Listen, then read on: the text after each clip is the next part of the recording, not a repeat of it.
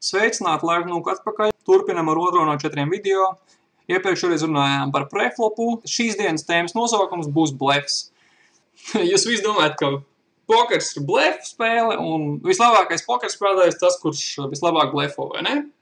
Ja jūs tā domājat, tad jūs noteikti zaudējat naudu pokerā.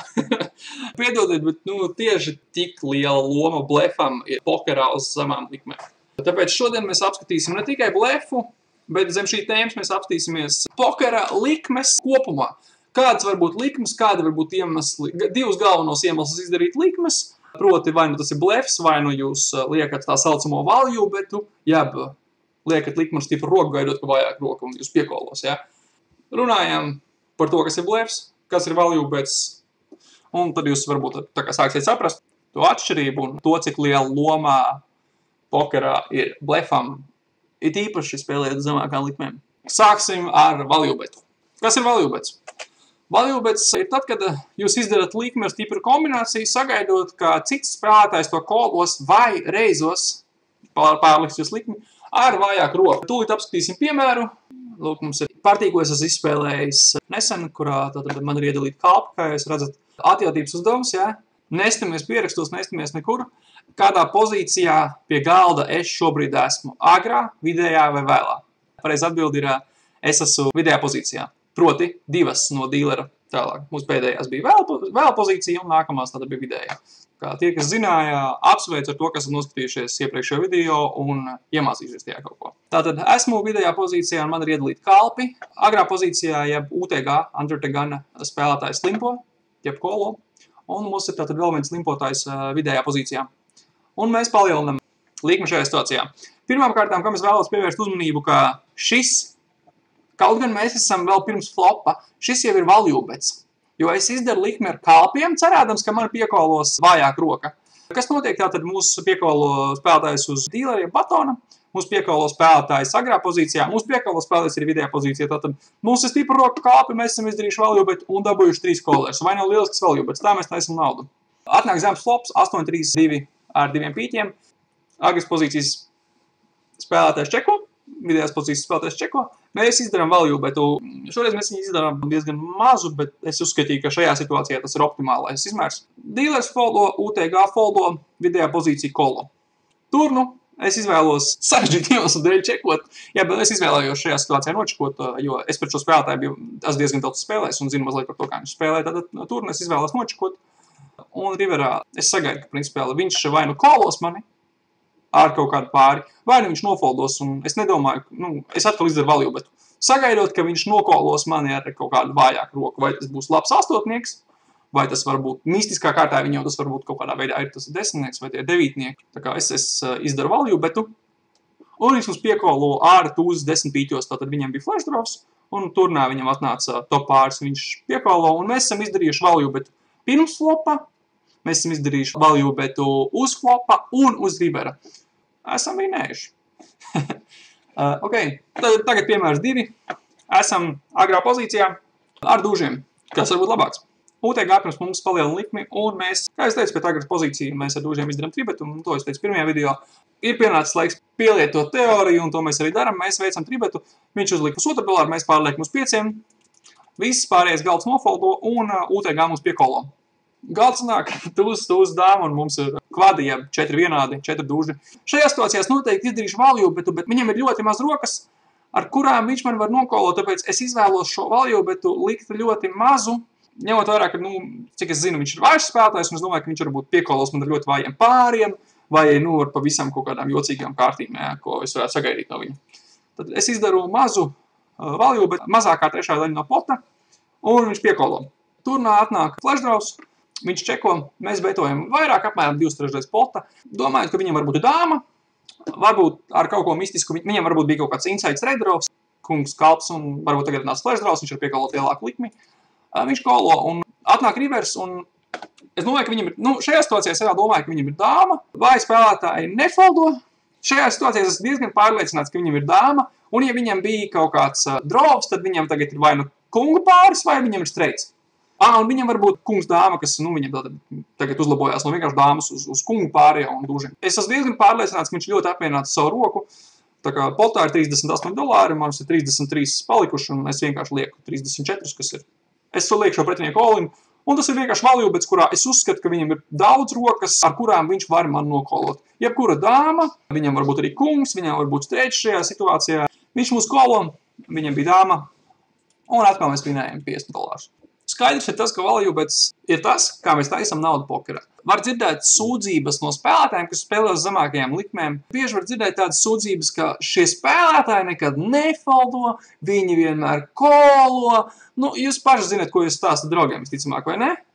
Kas ir jūs lielākais bad beats? Viņiem bija jāfoldo, un viņš nenofoldoja, ja? Problēma nav viņā, šajā spēlētājā, kurš nenofoldoja.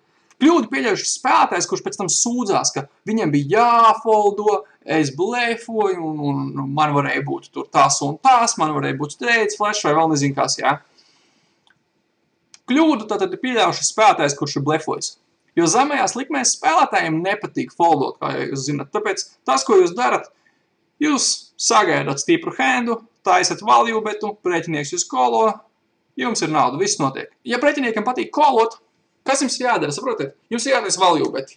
Kas jums ir jādara mazāk, ja pretiniekiem patīk kolot? Nu, padomājiet, kas jums ir jādara mazāk. Nu, tas ir diezgan loģiski. Ja jūs varat vairāk value betot, tad jūs nevarat tik daudz blefot.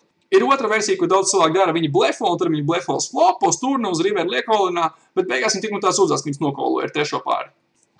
Bet, neskatoties uz to, ir situācijas, kurās ir vairs blefot. Visbiežāk tās ir situācijas, kuru jūs pret šo spēlētāju esat spēlējuši bieži un varbūt zinat, kā viņš spēlē. Poker profesionāļu valodā es teiktu, ka jums ir rīdi par šo spēlētāju. Kas tad īsti blefs? Blefs ir situācija, kurā jūs izdarat likmi, sagaidot, ka cits spēlētājs nometīs stiprāku roku, jeb stiprāku kombināciju. Tūlīt tātad arī ķeramies pie piemēra par blefu. Atkal ir mums partija, ko mēs esam nospēlējuši. Mēs esam big blindā ar desmitniekiem, un spēlētājs šajā situācijā sanāk vidējā pozīcija, palielina likmi. Visi nofoldo small blinds, kurš ir diezgan vājš spēlētājs piekolo, es esmu big blindā, un tad es koloju lielākoties, tad ir tā, lai spēlētu pret šo small blind spēlētāju vājo. Flops atnāk kungs 5-3 dažādās mastīs. Ņemot vērā, ka es esmu mazliet spēlējis ar šo spēlētāju, kurš reizoja, es domāju, ka viņš šajā flopā betos liks likmi ļoti bieži, un tāpēc es varu check callot ar desmitniekiem. Ko es arī izdaru pēc tam, kad small blinds nofoldojas, un viņa likuma ir diezgan maza 2/3 spota, kas, it kā būtu normāli uz šāda flopa, bet es sagaidu, ka tā kā šis flops, par ko mēs runāsim vēlāk, es sagaidu, ka šeit viņš betos ļoti daudz, tāpēc es varu check callot. Uz turna man doma tātad ļoti vienkārši. Viņam šeit ir ļoti bieži kungs, bet es izdomāju, ka ņemot vērā manu spēles vēsturi ar šo spēlētāju, kas ar viņu spēlējis agrāk, es ticu, ka viņš šajā situācijā vienkārši nofoldos kungu. Tāpēc tas, ko es daru, es izvēlējos šajā situācijā čekreizot. Tad čekreizoju uz $21. Šajā situācijā man ir desmitnieki, bet es reāli blefoju. Tad cerībā, ka viņš nometīs labāku kombināciju par manējo, proti kungu. Ok, turpinam mazliet atkal ar teoriju. Tātad vēl pāris vārdi par blefu pēc piemēra, ko mēs tikko apskatījām. Es vēlos tiešām pieminēt to, ka ja jūs blefojat, tam ir jābūt ļoti, ļoti labam pamatojumam izdarīt šo blefu. Vai tā ir kaut kāda iepriekšēja spēles pieredze šo spēlētāju, vai varbūt tur uz tā galda atnāk 4 kārtas uz flasha, un jūs domājat, ka viņš vienkārši nevarēs nokolot jūs blefu, jo ir 4 kārtas uz flasha, ja 4 ērceni, piemēram.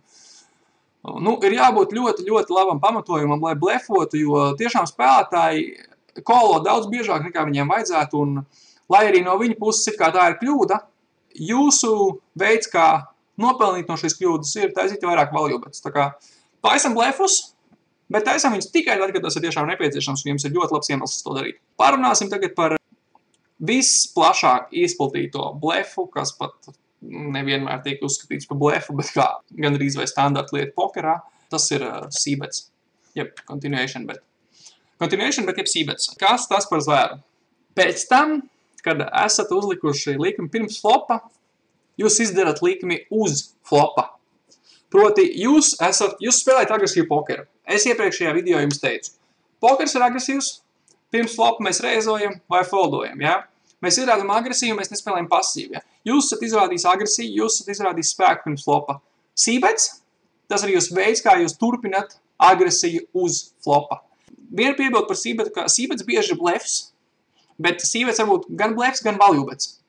Sībeto spēlētāji ļoti daudz vispār, jo tā ir ļoti spēcīga lieta pokerā, ko tā, kad jūs sākat mācīties kaut kādu pamats pokerā, sībets ir viena no pirmajām lietām, kas jums ir jāiemācās, jo tā tiešām ir spēcīga lieta un tā ļoti labi strādā. Labi iemācoties veikt sībetus, jūs varat pirmkārt ļoti labi iemācīties valjūbetot, un jūs varat labi iemācīties blefot. Tas viss ir sībetos. Jums ir vienkārši jāsaprot šī vienkāršā lieta kā sībets. Un es tātad parādīšu situāciju, kurā es veicu sībetu. Es tātad atrodos vidējā pozīcijā, un man ir iedalīts tūzdām dažādās mastīs, un kā jau mēs skatījāmies pirmajā video, tā ir viena no rokām, ko mēs spēlējam no šīs pozīcijas. Tātad pirms mums ir kolēs, ja, un ko tad mēs darām? Mēs reizojam savu roku. Ja neviens nav reizojis, tad mēs turpinām reizot. Mēs tad reizojam. Mēs reizojam uz $2,25, piekalo arī cut-offs, jeb pozīcija blakus batonam, un uz piekalo limpers, kas bija vidējā pozīcijā. Un flops atnāk uzis 7-4 ar 2 mērceniem. Šajā situācijā, ko mēs darām, mēs esam izrādījuši agresīvu pirms flopa, un mēs turpināsim izrādīt agresīvu šī flopa. Uz šī flopa tas būs valjūbets, jo mūs var piekolot vājāki dūži, mūs var piekolot septītnieks, mūs var piekolot varbūt pāri.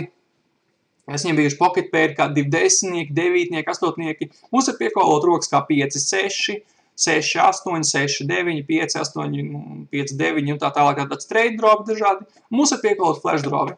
Tātad, ko mēs darām? Mēs liekam diezgan lielu sībetu, jo tiešām ir daudz rokas, kas mums šeit ir piekolot. Mēs varam likt šo sībetu lielu. Un tātad mēs sagaidām 2 kolus. Mēs esam izdarījuši sībetu, un pretinieki ir piekolojuši mums.